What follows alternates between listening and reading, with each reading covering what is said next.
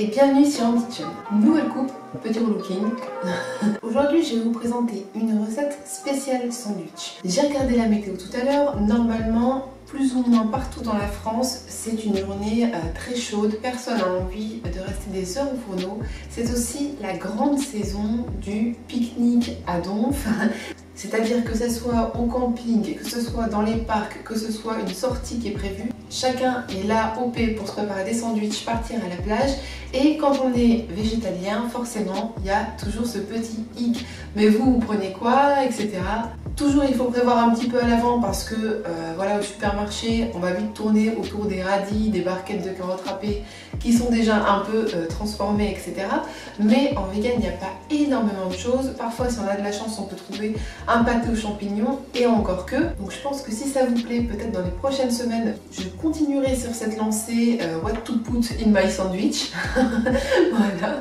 Donc aujourd'hui, on va faire une rillette de la mer, on va dire, et une rillette ambiance campagnarde avec des ingrédients qu'on peut trouver n'importe où. Les deux seront plus ou moins à base de légumineuses, mais grosso modo, il n'y aura pas besoin d'ingrédients compliqués. Et ce qui est très pratique, c'est que les deux, donc on peut faire en quantité, c'est-à-dire que vous pouvez faire au moins 6 sandwichs avec chaque rillette. Donc il est très facile d'en conserver dans un bocal bien fermé pendant voilà, au moins 5 jours au réfrigérateur sans problème et de l'emmener à la plage, au travail, qu'importe ce que vous voulez.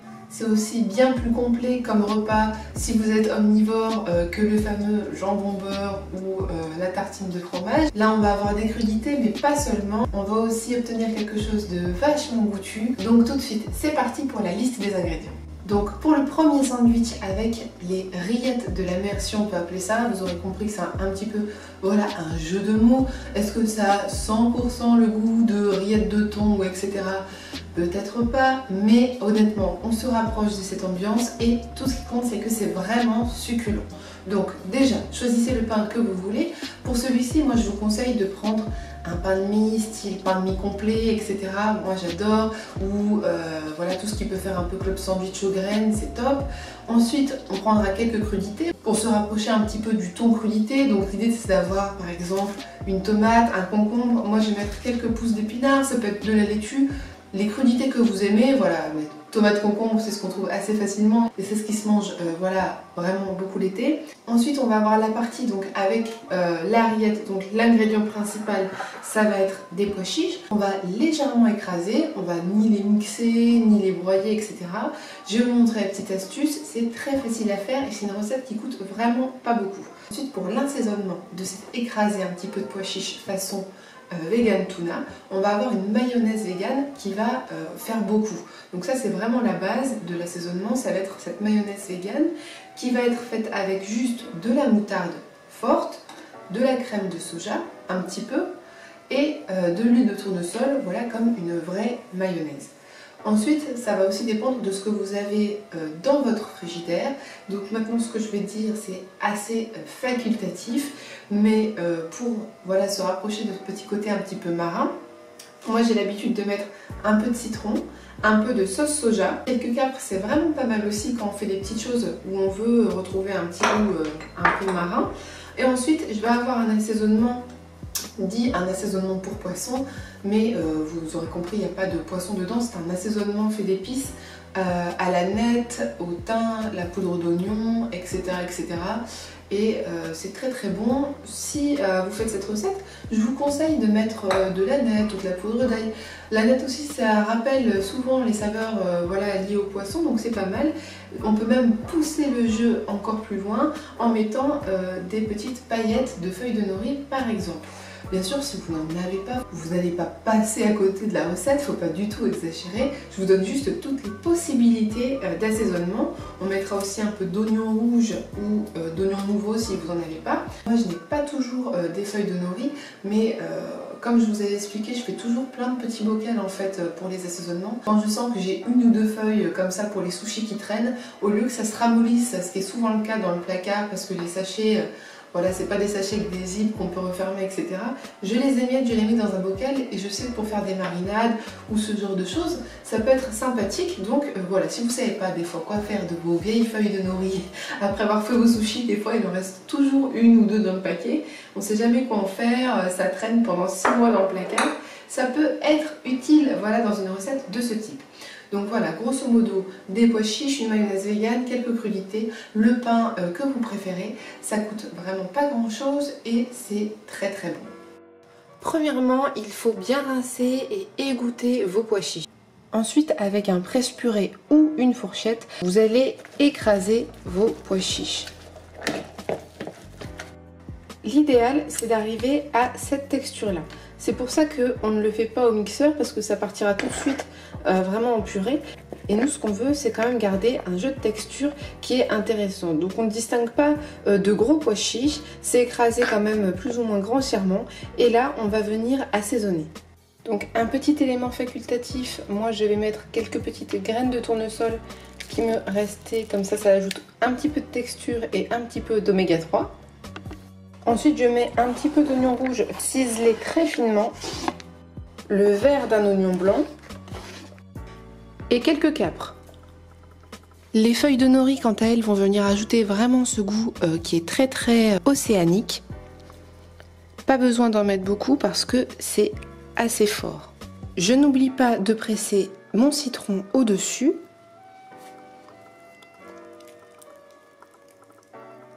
Et enfin, je mets une petite pointe de sauce soja pour le côté salé.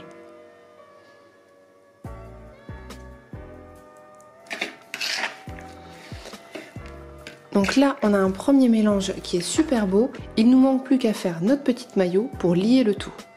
Pour ceux qui veulent, vous pouvez rajouter un petit peu d'aneth en plus, c'est très bon et très rafraîchissant. Ou bien ce genre de mélange d'assaisonnement spécial poisson qui n'est qu'un mélange aussi avec de l'aneth, de l'oignon en poudre, etc. Très facilement trouvable dans n'importe quel magasin.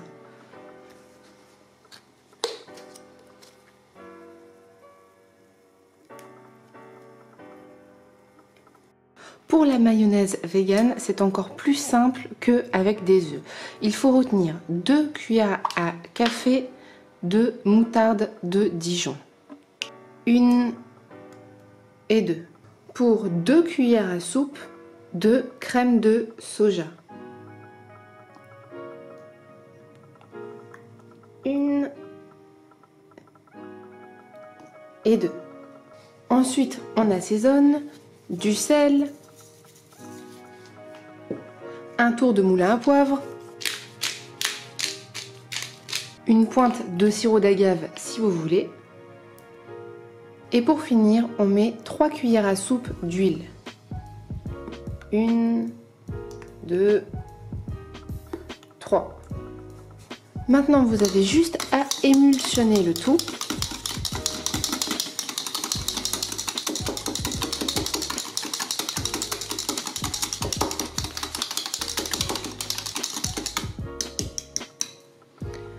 Et hop, une mayonnaise végane en juste 10 secondes.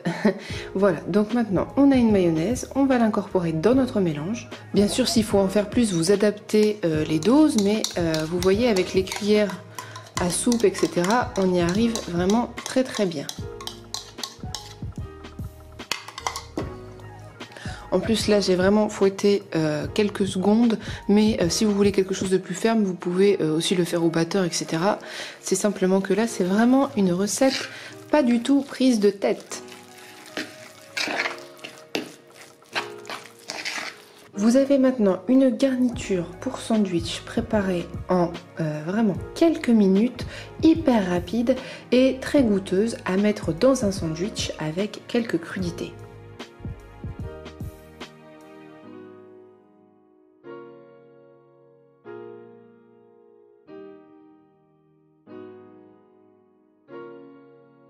Et voilà le premier sandwich façon un peu rillette de la mer en 4 minutes top chrono avec ma foi des ingrédients qu'on peut trouver n'importe où. Du coup ce déjeuner il n'a rien à envier un sandwich classique acheté dans un attrape-touriste et je suis sûre que même vos enfants vont adorer. Une petite astuce, moi pour les emmener à la plage, je récupère les boîtes de pâté aux champignons qu'on trouve dans les supermarchés parce que de temps en temps ça arrive que j'en achète aussi Et après je les mets au lave-vaisselle et c'est très pratique parce que du coup pour emmener à la plage par exemple, ça me fait des petites boîtes de portions individuelles avec ensuite un petit couvercle que je peux fermer et emmener facilement dans un sac. Pour les rillettes de la terre, on va dire, les rillettes un peu façon campagnarde, on aura besoin cette fois-ci de la lentille. Préférez les lentilles blondes qui se tiennent bien à la cuisson, sont plutôt douces en saveur, et des cœurs d'artichaut. Donc bien sûr, comme avec les pois chiches, si vous manquez cruellement de temps, vous pouvez aussi prendre des lentilles en boîte. Moi c'est simplement parce que là j'ai un petit peu de temps devant moi, les pois chiches ça met 1 heure et des fois un peu plus qu'1 heure à cuire et il faut les tremper la veille, donc il faut avoir une double préparation. Donc là pour aujourd'hui c'était pois chiches en boîte. Pour les lentilles, ceux-là j'ai déjà fait en on va dire 25 minutes max, elles sont bien cuites, donc ça reste jouable. Mais vous pouvez prendre des lentilles en bocaux, il n'y a pas de problème. C'est juste que du coup on peut arrêter la cuisson avant qu'elles deviennent voilà, un petit peu bouillies, ce qui est parfois un petit peu plus le cas avec certaines conserves de lentilles.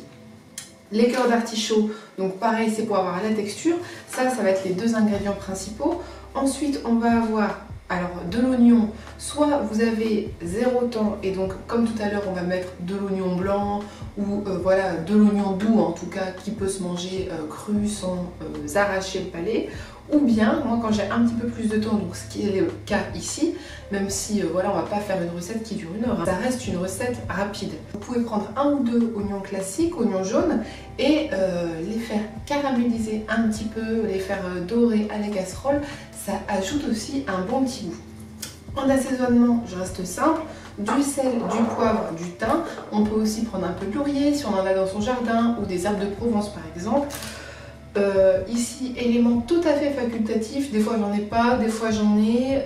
Je vais sûrement déglacer mes oignons avec une petite lichette de vin blanc. C'est pareil, c'est toujours un petit peu sympa ce côté voilà un peu vin blanc, de la terrine, de la rillette, etc. Si vous en avez, vous pouvez en mettre. Et ensuite, on a de l'huile de coco désodorisée. Non seulement ça va ajouter le côté gras, parce que la lentille elle, toute seule, c'est pas du tout un élément qui est gras, et l'artichaut non plus. Donc il faut quelque chose aussi qui vienne un petit peu texturiser tout ça, qui vienne amener du liant, de la consistance, ce bon gras de la rillette. Et on n'allait pas refaire une mayo, voilà, mayo rillette, non.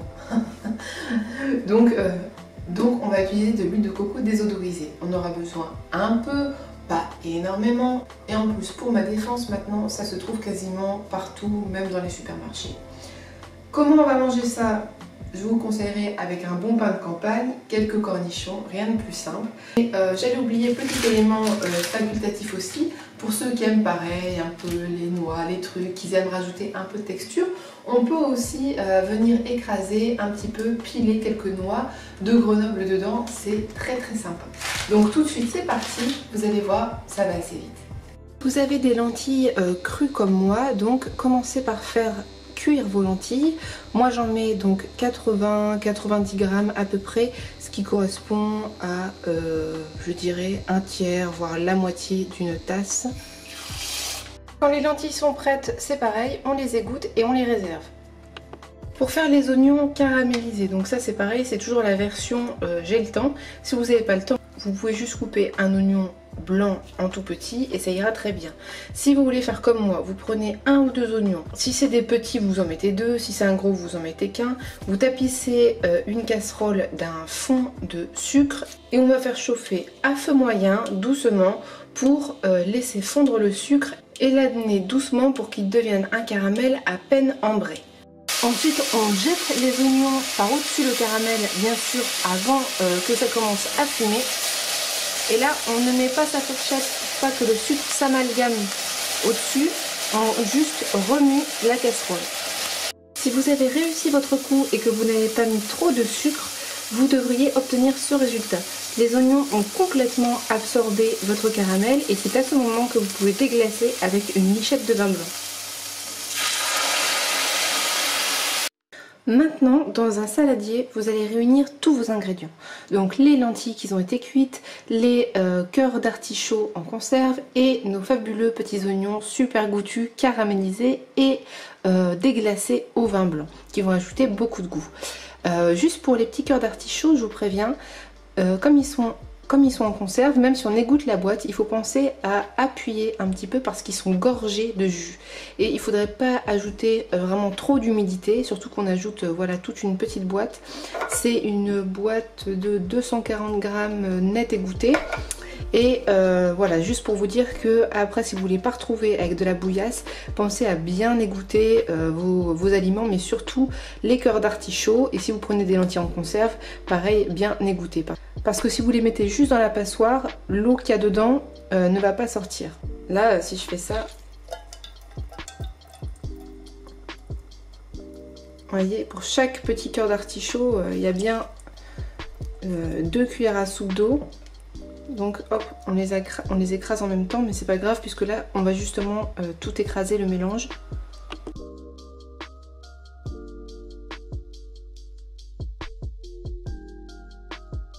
Comme vous l'aurez compris, le but recherché est de conserver quand même le maximum de texture. Si vous avez un peu de mal à écraser, vous pouvez aussi utiliser un mixeur à condition d'y aller par petits à-coups et de ne pas laisser aller le mixeur pour qu'on obtienne à la fin de la purée, ce qui enlèverait le côté voilà, intéressant de cette rillette un peu façon campagnarde. Pour ceux qui aiment le côté un peu noix, graines, etc., vous pouvez mettre des morceaux de noix pilés par exemple. C'est ce que j'ai fait moi, c'est très bon. On va aussi ajouter 80 ml d'huile de coco désodorisée. À cette époque de l'année, normalement, votre huile de coco elle est complètement liquide, mais c'est pas grave. Quand vous allez remettre tout le mélange au frigo, ça va refiger, ça va être très bien. L'important c'est de bien remélanger. Après refroidissement, vous allez voir, on a une texture qui est vraiment magique, qui est vraiment sublime, avec ce bon goût de petit oignon caramélisé au vin blanc. La texture, etc. de l'artichaut, enfin, c'est vraiment tip top. Moi, je vais mettre une bonne dose de sel. Bon, faut pas hésiter à saler parce qu'en plus avec l'oignon qui a rapporté du sucre, le fait aussi que le pâté soit déjà un peu salé. On n'oublie pas un bon tour de moulin à poivre. C'est assez important en plus le poivre dans le pâté, les rillettes, etc. Et on termine par mettre un peu d'herbe de Provence ou de thym par exemple, ce que vous avez. On peut même aussi mettre du thym frais du jardin, c'est à votre convenance. Voilà, donc là on a un mélange qui est tip top. Vous pouvez goûter un petit peu pour voir ce que ça donne, s'il y a assez de sel, etc. Et on le met directement en pot pour refroidir tranquillement au frigo et avoir la texture vraiment idéale. Parce que là forcément avec l'huile qui n'a pas nécessairement bien figé, etc., ça serait un petit peu dommage de le manger tout de suite. Comme la vraie rillette, elle se mange bien froide sur une bonne tartine de pain.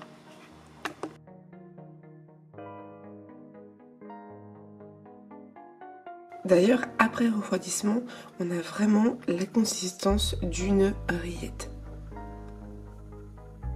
Alors ça se voit un peu mieux dans un bocal en verre, mais du coup c'est voilà, juste bien gras et tartinable.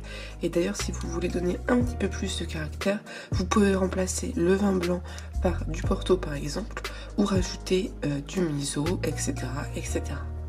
Donc voilà nos 2 rillettes fin prêtes, vous êtes parés pour les pique-niques. Donc ici on a notre rillette campagnarde qui a fini de refroidir, qui se tartine super bien, qui a juste ce qu'il faut de gras, de parfumé, de salé, de goûteux. Ici on a le côté un peu plus mer avec les crudités. J'adore ces 2 versions qui sont ultra faciles à préparer. Les deux peuvent se faire avec des pois chiches en boîte et des lentilles en boîte. L'une comme l'autre sont hyper rapides à réaliser. Pour la rillette campagnarde, vous avez l'équivalent de peut-être 2 pots à confiture, ce qui vous laisse pas mal de sandwichs à grignoter pour le soir.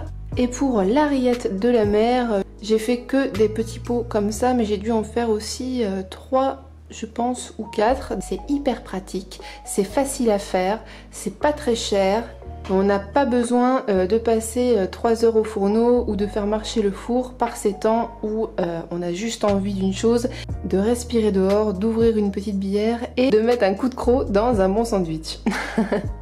Donc n'hésitez pas à liker si ça vous a plu, dites-moi dans les commentaires ce que vous en avez pensé. En attendant, je vous dis à vos fourneaux et à bientôt sur Home Kitchen.